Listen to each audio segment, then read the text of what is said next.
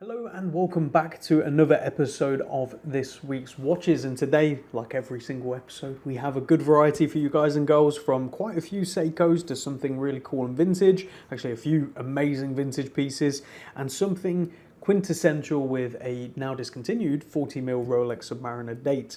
Now, it does look like there's not as many watches today, so we have 8 watches on the table, which actually used to be quite a lot for the drops back in the day, but now that's considered quite a small amount compared to usual. We did have 2 other watches, and they have already sold. That was the stainless steel Brian May limited edition Seiko 5. I'll put photos up on screen. And there was also a JLC, an incredible JLC Reverso duo face day-night. Absolutely gorgeous, with the white face and the black dial on the opposite side, with the little pusher to do the increments of the hours on the night side. Really incredible watch, and I know the owner of that watch is going to be very happy, enjoy and wear, and I know you've already picked out a fantastic strap, so congratulations on another amazing purchase from ourselves. So yeah, that is why there's only 8 out of the 10 available here today. If you do want to be one of those people who's purchasing the watches before they get to this point, the best thing to do is follow us on Instagram at Kibble Watches. On there, we showcase all the watches early before they make it to the site. For example, today and today's Tuesday, by the way, we have shared about 5 or 6 watches that are going to be in the following Saturday's drop. So the time you're watching this, there's still a week until they're going to be on the website. So that's how far in advance sometimes we have watches. So beat the website, beat the initial buzz, and get in there before anyone else does. At Kibble Watches on Instagram. And as always, if you want to sell a watch, head over to the website kibblewatches.co.uk. At the top there is a sell section. It's nice and simple. Fill out the form with as much detail as you can, and we will get back to you within 24 to 48 hours. Apologies if there's a bit more of a delay recently. As a lot of you know, I have a newborn at home and we are balancing keeping everything going whilst also doing this. So I appreciate your patience, and we will get back to you, rest assured. We'll either purchase your watch, we'll either consign your watch, or we'll point you in the right direction if it's not for us. Nice and simple. Oh, and if you do have multiple watches, rather than filling out 20 forms, if you send us an email with basically that structure for each watch, that would be ideal, and it saves you the time of having to do each and every single watch on the form. And stick to the one process. I say it every time: if you're buying, consigning, whatever it is, if you contact us on Instagram, wait until we reply on Instagram. We will get back to you. Don't then WhatsApp us, call us and email us, because it's not always me or Danny or even my wife Leah who responds to each one, so you're going to get different responses on each. So just stick to the one platform. It's a lot simpler that way, and also we don't get confused internally. So thank you very much. Now that all of that is out of the way, let's take a look at what is on wrist. I am wearing a watch I'm surprised we still have. This is a 1997 Rolex Datejust with a Jubilee dial in solid 18 karat gold, and the reason this gets even more special is it's an unpolished example. Currently wearing it on a beautiful leather strap which suits the watch perfectly, but it does come with its original bracelet, full links, complete set down to the original invoice and warranty, and everything you can possibly imagine. I think it even has the original receipts for finance, which in 1997 they were giving away 0% interest-free finance, which just blows my mind. 25 years ago they were doing that. So kind of amazing, a set you'll never see again, and a condition you'll likely never see again. And it's priced as such. It's definitely not cheap. It's not a cheap example. You can probably find cheaper out there, but will it have all of this and will it be unpolished? Absolutely not. I can guarantee you that. So go check this one out before I fall more in love with this, because it is a birth year for me as well. So yeah, fantastic piece. Now we've got that out of the way and the 2 watches that I've already sold, let's go on to the Rolex Submariner discontinued 40mm, which is absolutely fantastic. Let's take a closer look. So first up from this week's drop, the Rolex Submariner discontinued 40mm, and it's great to have one of these in. We try and have a Submariner in as often as we can, whether it be one of the older references or one of the newer ones.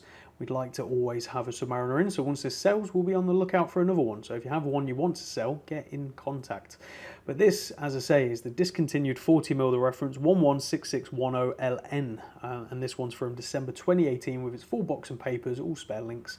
As you'd expect, it is in worn condition. There are a couple of scratches here and there, but it is so minor, to be honest. I'm quite amazed, and this is an unpolished example. So we've kept it unpolished, so you can make the decision if you want to have it polished. You'll find a lot of sellers out there, especially Rolex sellers. Whatever Rolex they get in, it goes to their watchmaker for a very light once over, to make it look brand new again. We don't like to do that. We want to keep them as original as possible and leave that choice up to you. And we price it as such as well. We are definitely one of the best price for this reference out there. And if you're umming and ahhing between this and the 41, to be honest, there's not a huge amount of difference at all. Yes, the 41 has slightly smaller lugs, and I gotta be honest, it doesn't wear bigger. So the whole point of this being 40 and the other one being 41, it doesn't wear any different, to be honest. So I wouldn't let it be a factor to sort of stop you if you're umming and ahhing between both. I'd say go with whichever one is more accessible to you at the time. Inside this is the automatic Rolex caliber 3135, and obviously it features their very amazing glide quick adjust on the clasp right there. As you can see, it snips and snaps very nice and loudly, and obviously plain case back as you'd expect, but let's show it on wrist and taut dimension. And here we go on my 7-inch wrist. Now, say what you will about the Rolex market, where it is, where it's heading, where it's been, like whatever, it doesn't really matter. At the end of the day, these watches are fantastic, and there's a reason so many people like them, and there's a reason the prices went absolutely crazy and are now back down to more normal, back down to a more normal reality. Is there still room to go? I think on some of the crazy hype pieces, definitely.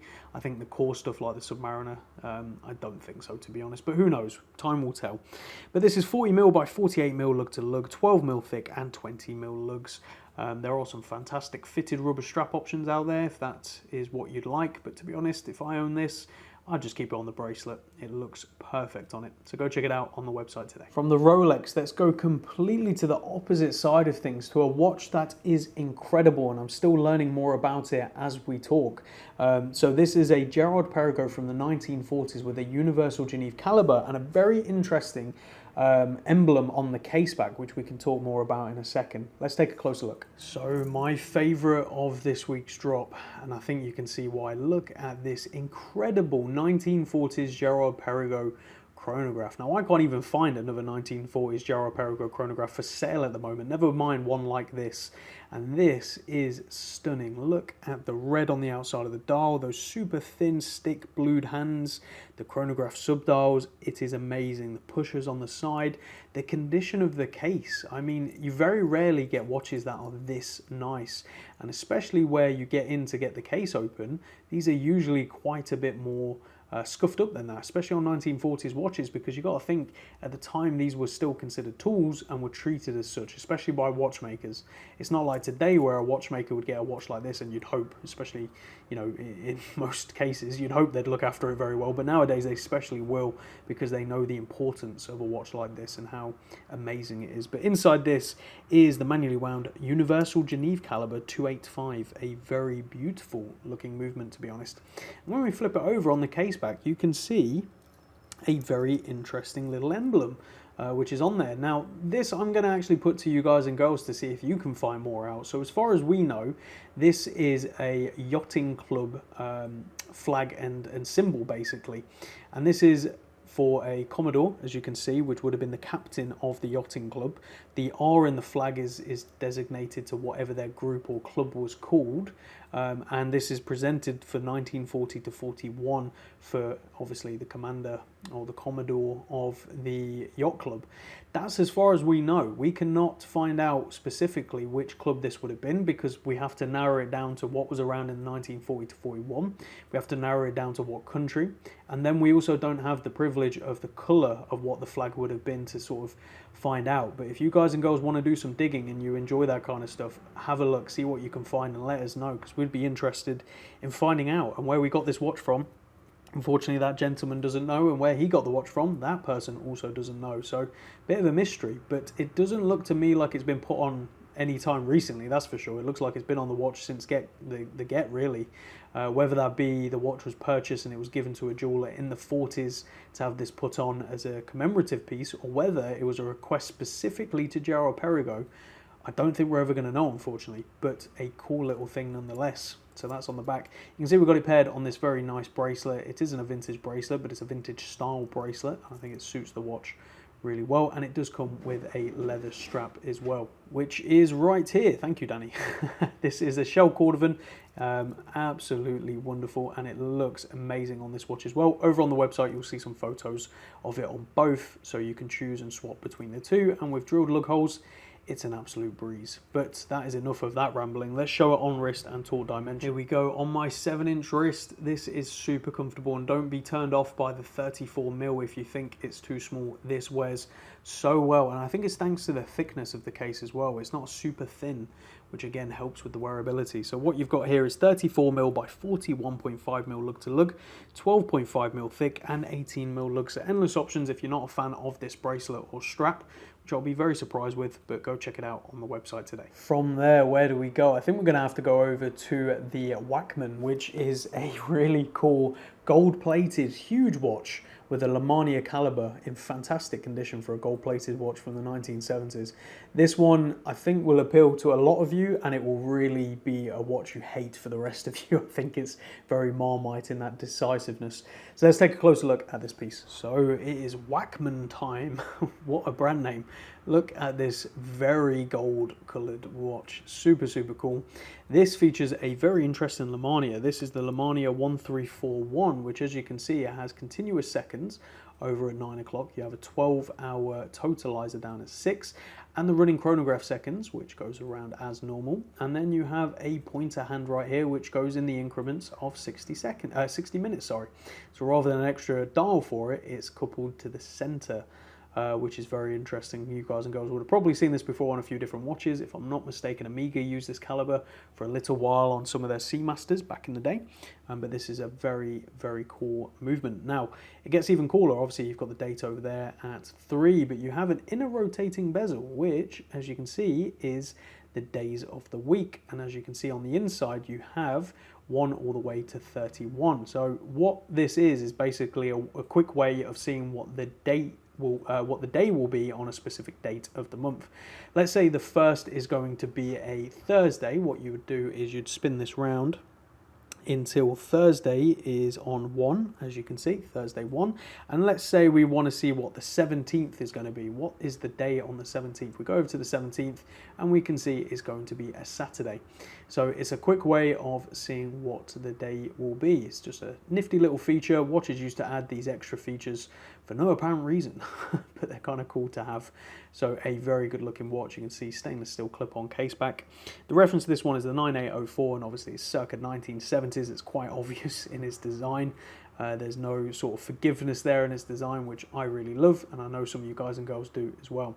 But let's show it on wrist and taut diamond. And here we go on my 7-inch wrist. You can see this is by no means a small watch. This is 42mm by 47.5mm, 14.5mm thick, and 20mm lug. So endless options if you're not a fan of the strap pairing, but a really cool watch, and I think one some of you are absolutely going to love. So head over to the website to check it out today. Next, the final vintage watch on the table, and one my wife absolutely loves. I made the mistake of taking it home to show her, and she basically begged me to keep it. We have too many watches as it is. We can't have another one. This is a gorgeous Universal Geneve FS. For those of you who know what that is, you're going to be very excited to see this, and it's a Mark II 36mm. But let's take a closer look at this awesome watch. So next up, a Universal Geneve, a very cool looking watch. This was made for the Italian Railway, and that is what the FS stands for. I'm not even going to attempt butchering that because I usually butcher everything. So some people flip these watches over, and for the first time I saw one, I thought the same thing, which was, what on earth is that? Why is someone engraved FS on the back and a load of numbers? But that is correct to the watch. It's for the Italian Railway, and that is the designation of the watch as well. And the serial range, which helps to date whether it's a Mark I, Mark II, or Mark III. So let's briefly go through those without going into too much detail. There are 3 marks of this reference, or at least that we know. The Mark I, which was obviously the first, it is 34mm, and it has a lacquered or enameled dial with these the sub-seconds. The numerals are slightly slanted, so the 15 and the 45 are up to the side rather than straight like they are on this one. That's a Mark I. Now, interestingly, the Mark II, they bring up the case size to 36mm, so it's actually a bigger watch than Mark II. And the Mark II is considered the most desirable because it's the bigger case size and it still features the enamel dial. which this one is. This is a Mark II. Also, you can see the 40 and the 15 are now straight as opposed to sideways. Then you have the Mark III, which is still 36mm, but they lose the enamel dial and they go with a sort of satin finished silver dial, which is a bit of a shame. You know, it's still a very good looking watch, but those are the different marks. So that is quite interesting. This is the most desirable of the lot. So the specific reference to this one is the 864107, and inside is a manually wound universal Geneve caliber 64. And this one is from circa 1966 to 69. You can't really date them exactly, but it's within that small 3-year range, or 4-year range, sorry. So it could be any of those years, which makes it quite interesting. You know, if you're after a birth year watch and you're not hung up on the exact year, if this is kind of within that range, it's one worth picking up because it is a good looking watch. You can see we paired it on this really nice strap as well, which really suits the design in my opinion. But let's show it on wrist and taut dimensions. Here we go on my 7-inch wrist. The 36mm looks at home. I'm sure I'd be perfectly fine with a 34 as well, but the 36 with the cushion case, that feels perfect. So this is 36mm by 41mm lug to lug, only 10mm thick and 19.5mm lugs. Yes, you heard that right, 19.5. How random, but basically you can squeeze on a 20, or you can fit a 19. They both seem to work actually pretty well, so don't worry too much. This is a 20 squeezed on, and as you can see, it doesn't look bad at all, and it looks perfectly fine. So go check this one out on the website today. Now on to the Seikos on the table. We're going to start with probably the most flashy Seiko I've seen. That is this Brian May special edition in gold plated, which is very bright and very colourful, and it actually really works, especially on this NATO. Let's take a closer look. Next up, the Seiko 5 sports model Brian May. This is the special edition or limited edition of 12,500 pieces. Yes, you heard that correct, 12,500 pieces. Now, in the grand scheme of limited editions, that is far from anything limited. But I guess in the grand scheme of Seiko and affordable Seiko across the entire world, I guess that's far less than they produce of just the standard models by probably a big chunk. I suspect the normal models they produce somewhere in the hundreds of thousands, if not maybe pushing on million. I don't know. Maybe like an SKX 007, there's probably millions out there. Is that fair to say? I don't know. But this is interesting. It's the reference SRPH80K1. This one's from February 2020. It is brand new. It does come with its box and papers, and in the box you have the little medallion. You've got a red case back right there, which is exhibition with the signature of Brian May. And this inside is the Seiko caliber 4R36. Now you have the gold-plated case, which goes gold-plated all the way around onto the case back, which you don't often see, and obviously the matching gold-coloured pieces of the NATO strap, which is black and gold, which actually looks really cool, and it does suit the watch with that red dial. Very, very interesting. And this one has a slightly nicer bezel than the steel one we just sold. Danny pointed this out to me when he was doing his macros. This has the almost record texture, as I call it, on the bezel, which looks really nice, and it's finished beautifully. But let's show it on wrist and taut dimension. So I gotta be honest, I just put it on and I said to Danny, why do I like that? I think it looks really cool. So this one is 42.5mm by 46mm lug to lug, 13mm thick, not including the NATO strap. So do keep in mind that adds some thickness, and 22mm lugs.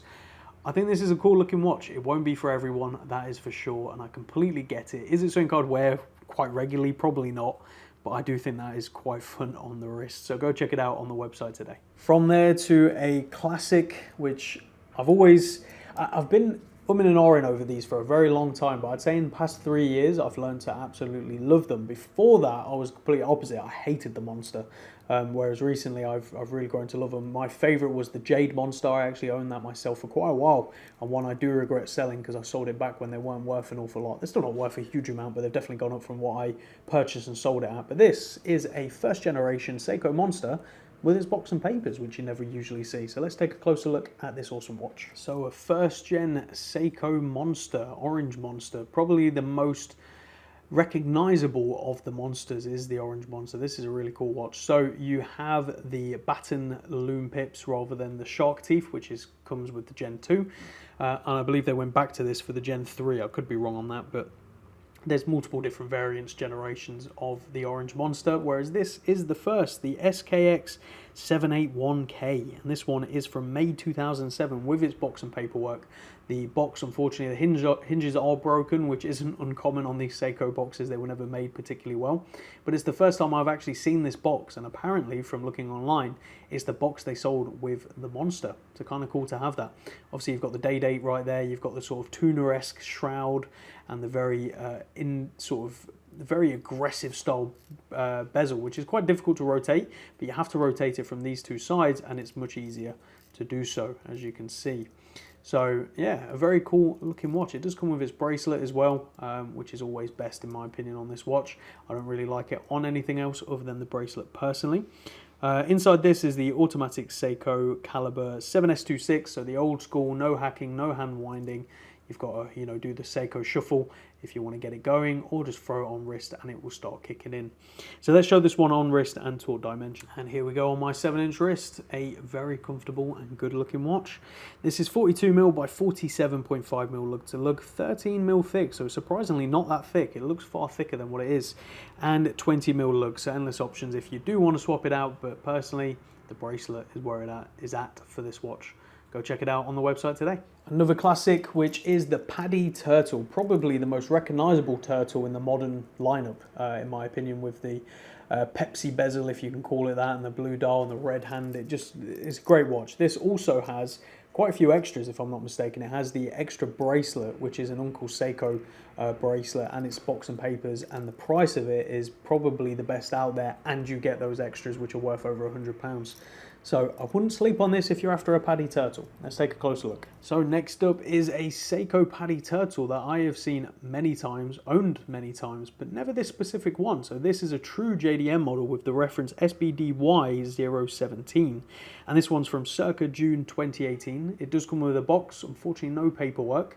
But it does, as I say, come with its spare strap from Uncle Seiko as well. I believe it's Uncle Seiko. Go check the website and the photos, you'll see.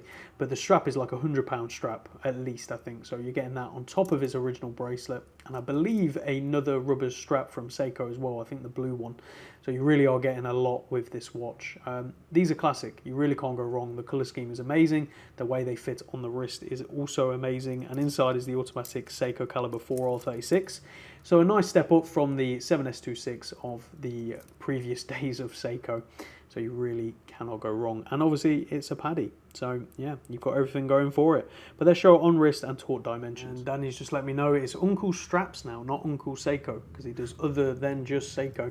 One thing to keep in mind with this one, it has got a little scratch on the bezel at 12, which is a shame, but it is a worn watch. Other than that, it's pretty good, so you can't complain too much, definitely, when you see the price and all the accessories as well. 45mm by 47.5mm lug to lug. A lot of people see those dimensions and they go, that is too big. I'm telling you now, it wears so well. These turtles are fantastic. 13mm thick and 22mm lugs, so endless options, but between what you're getting, this bracelet, the other bracelet, and a rubber strap, I think you're set. So go check it out on the website today. And last of the watches today, it is a watch you will all know very well and you will either love and hate, just like most Seikos. This is the Seiko Alpinus, the Saab 17. A classic watch. Let's take a closer look. Next up, a unworn Seiko Alpinus, the Saab 17, with that iconic green dial and gold indices and hands, which really contrasts beautifully against the green. Anyone who has had a green watch, it's almost always gold on the indices, and it's because it works so well. Inside is the automatic Seiko caliber 6R15, and this is from February 2020 with its box and paperwork and its original strap, which I will be very honest with you guys and girls, is probably one of Seiko's worst straps they've ever made. So if I was you, I would throw it straight out onto something else to be enjoyed, but it is a good looking watch and there's a reason people like them. Personally, I prefer the other colorways, but this is the quintessential and it is the classic, and I have owned one in the past and I bought one of the aftermarket bracelets, and it made the watch far better for me personally rather than the strap. So do keep that in mind if you want to buy this watch. Oh, and keep in mind it's an inner rotating bezel. I've sold one in the past and the guy complained to me saying the bezel was misaligned when he got it. He didn't realize it rotates like so, and he was meaning that bezel and not the inner one. So yeah, just remember it's got a compass bezel. So there you go. Let's show it on wrist and taut dimension. And here we go on my 7-inch wrist. I'm not going to fasten it because obviously a brand new strap. I'll let you guy or girl do the honors, whoever buys it.